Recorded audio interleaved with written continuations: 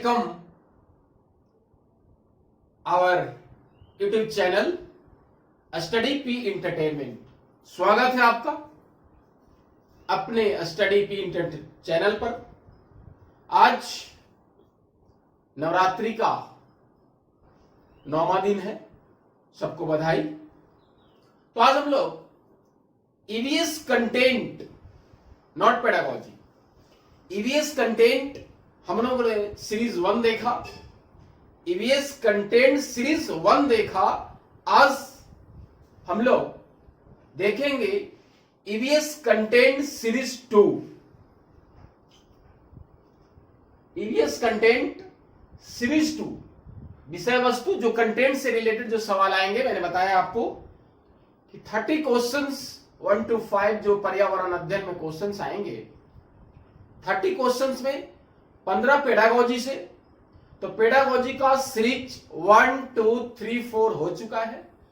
जो कंटेंट से 15 क्वेश्चंस आएंगे, तो हम लोग सीरीज 1 देख चुके हैं, सीरीज 2 शुरू करते हैं हम लोग। तो पहला कुछ बात करते हैं हम लोग कि बालक परिवेश को समग्र रूप से देखता है, अवलोकित करता है। ये आप लोग ध्यान देंगे कि बालक जो है वो सराउंडिंग्स परिवेश को कैसे देखता है? कंप्रीहेंसिव तरीके से, कंप्रीहेंसिव, समग्र या व्यापक।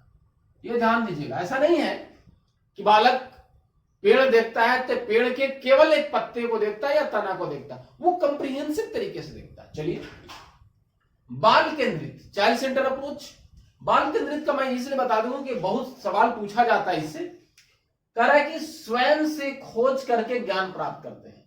चाइल्ड सेंटर का मतलब होता है कि बालक के रुचि योग्यता के अनुसार पर्यावरण अध्ययन से संबंधित मुद्दों को अपने समूह में चर्चा करने के लिए अगर उन्हें शामिल करते हैं तो वो स्वयं से ज्ञान का निर्माण करते हैं। दूसरी बात जो आपके ईवीएस के कंटेंट में रहेगा, पेडागोजी में भी रह सकता है, कि पर्यावरण अध्ययन में क्या परिभाषा पे ध्यान देना है, अमूर्त वस्तुओं पे ध्यान देना है। जो यहां पे मैं बता दिया, परिभाषा केवल लेक्चर वर्णन, अमूर्त प्रत्यय को स्थान नहीं देना है। और ईवीएस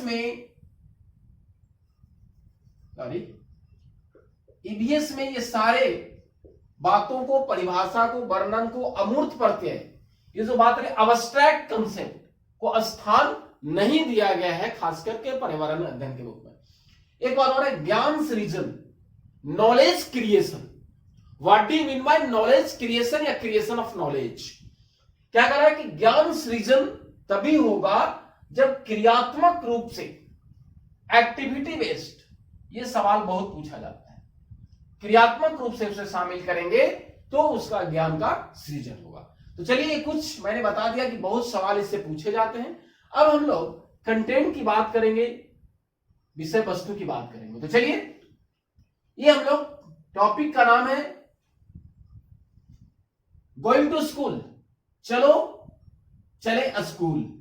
ये क्लास 4 की बुक से लिया गया है और ये हमारा पार्ट 1 है आज, क्लास 4। ऐसे बहुत सारे ईवीएस का 3 4 5 बुक्स में बहुत सारे कंटेंट है, लेकिन हम लोग सीरीज में वैसे कंटेंट की चर्चा करेंगे जो ईवीएस में सबसे ज्यादा सवाल पूछा जाता है ना? तो चलिए, पार्ट 1 में क्या है?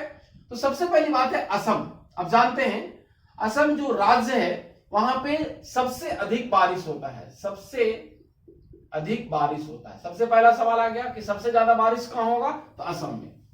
दूसरा सवाल, यहां पे बांस और रस्सी के पुल होते हैं, पूछेगा।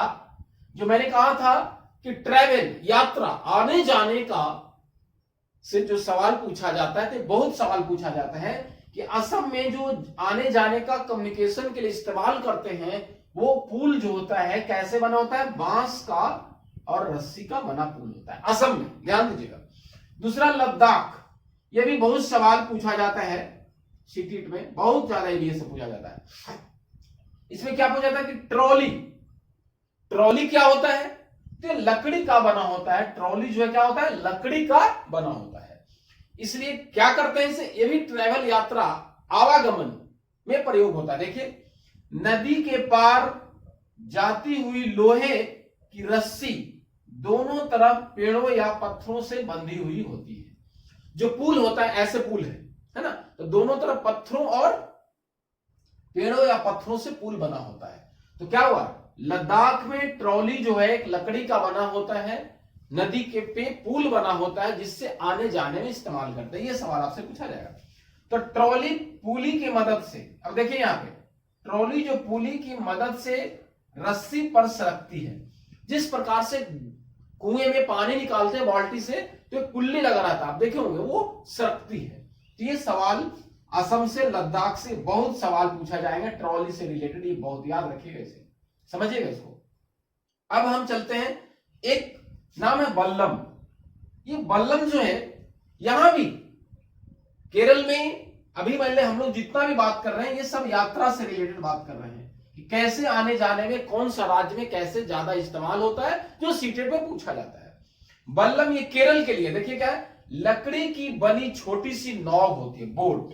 बल्लम जो है क्या है, नाव है ना, नाव, लकड़ी की बनी छोटी नाव केरल के कुछ भागों में, कहा, केरल में। ये आपसे पूछेगा कि बल्लम जो है लकड़ी किसका बना होता है, लकड़ी का क्या होता है, नाव होता है, जिसे केरल में कुछ भागों में आने जाने के लिए इसे प्रयोग में लाया जाता है, क्या, बल्लम। अब ये ऊंट गाड़ी है अगला। आप ऊंट से ही ज्यादा रटने और ज्यादा याद करने की जरूरत नहीं। ऊंट गाड़ी कहां होती है, राजस्थान में होती है ना। तो राजस्थान में होती है, तो यहां पे जो एक गाड़ी है वो है जुगाड़। क्या मैंने कहा, जुगाड़। और हम लोग खास करके बिहार में भी करते हैं जुगाड़ टेक्नोलॉजी। तो जुगाड़ एक प्रकार का गाड़ी का नाम है। जो हम लोग मोटर बाइक चलाते हैं तो आगे जो हिस्सा होता है वो मोटर बाइक जैसा दिखता है आगे, और पीछे जो है लकड़ी का फट्टा से बना होता है। देखिए लिखा हुआ है, राजस्थान में होता है ऊंट गाड़ी। जुगाड़ मोटर बाइक की तरह दिखता है आगे, है ना, पीछे से लकड़ी के फट्टों से बना होता है। तो हम लोगों ने देखा कि चलो चले स्कूल में क्लास 4 पार्ट 1 में देखा असम में, लद्दाख में क्यों फेमस है, जिससे पूछा जाता है। ट्रॉली किस लिए फेमस है, और बल्लम, ये बहुत ही इंपॉर्टेंट है दोनों, ट्रॉली और ये बल्लम। ये बहुत सवाल पूछा जाता है हर एक बार इससे। तो ये हम लोगों ने इसको देख लिया एक तरफ। अब हम लोग आगे देखते हैं। अब देखिए यहां पे पार्ट 1 क्लियर हो गया। अब पार्ट 2 में आता है। पार्ट 2 का नाम क्या है, कान कान में। यहां पे जो इंपॉर्टेंस होगा ईयर।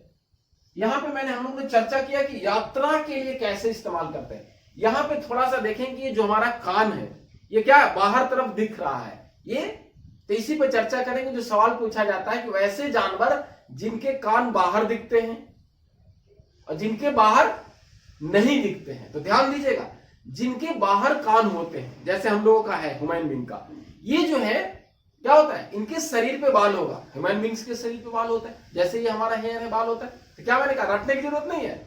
वैसे जानवर जिसके कान बाहर दिखते हैं, शरीर पे बाल होते हैं, वो जो है सी प्रोड्यूस बेबी, बच्चे देते हैं। देखिए क्या है, वैसे जानवर, एनिमल, है ना, जिनके कान बाहर होते हैं, बाहर दिखते हैं, है ना, दिखते हैं, जैसे क्या है, हिरन, चीता। ये सवाल पूछेगा आपसे, ध्यान दीजिएगा। हिरन, चीता, शुगर, भैंस, जिराफ, हाथी, बिल्ली, गाय, या ह्यूमन बीइंग्स भी आ सकते हैं यहां पे, मानव। क्या है, यही सवाल पूछेगा। तो यहां पे मैंने एक चार्ट बना दिया है कि वैसे जानवर जिनके कान बाहर दिखते हैं, हिरन, चीता, शुगर, भैंस, जिराफ, हाथी, बिल्ली, गाय, और क्या मैंने अभी कहा था कि जिनके बाहर कान बाहर दिखेंगे, शरीर पर बाल होते हैं, और ये क्या देते हैं, बच्चे देते हैं। ये सवाल आपसे पूछा जाएगा, बहुत ही इंपॉर्टेंट है पर्यावरण अध्ययन का ये सवाल। अब हम लोग ये पार्ट 2 में कान कान में, अब यहां पे क्या है, वैसे जानवर जिनके कान बाहर नहीं दिखाई देते हैं।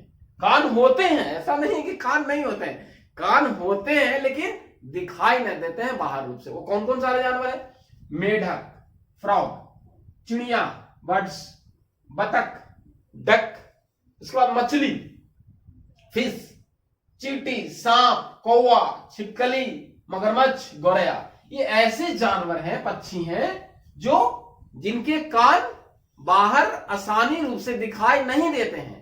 तो ध्यान दीजिएगा, यहां पे मैंने कहा था कि जिनके कान बाहर दिखते हैं उनके शरीर पे बाल होते हैं और वो बच्चे देते हैं। लेकिन ये सारे जो पक्षी हैं या जानवर हैं, इनके कान बाहर दिखाई नहीं देंगे तो शरीर पे बाल भी नहीं होंगे और ये बच्चे नहीं देते। क्या देते हैं? शरीर पर बाल नहीं होते हैं और ये अंडे देते हैं, एग्स, है ना। तो चलिए, मैंने आपको क्या बतलाया? तो आप लोग को मैंने बताया आज ईवीएस कंटेंट सीरीज 2 में बताया कुछ, तो मैंने पेडागोजी से सवाल बताया जो पूछा जाता है। और आज हम लोग क्लास 4 की बुक से पार्ट 1 पढ़े और पार्ट 2 से रिलेटेड जो सवाल सबसे ज्यादा पूछा जाता है उसकी बात हम लोगों ने की। इसे ध्यानपूर्वक देखेंगे, आपका निश्चित है कि 2-3 सवाल आसानी से बन जाएंगे। Thank you.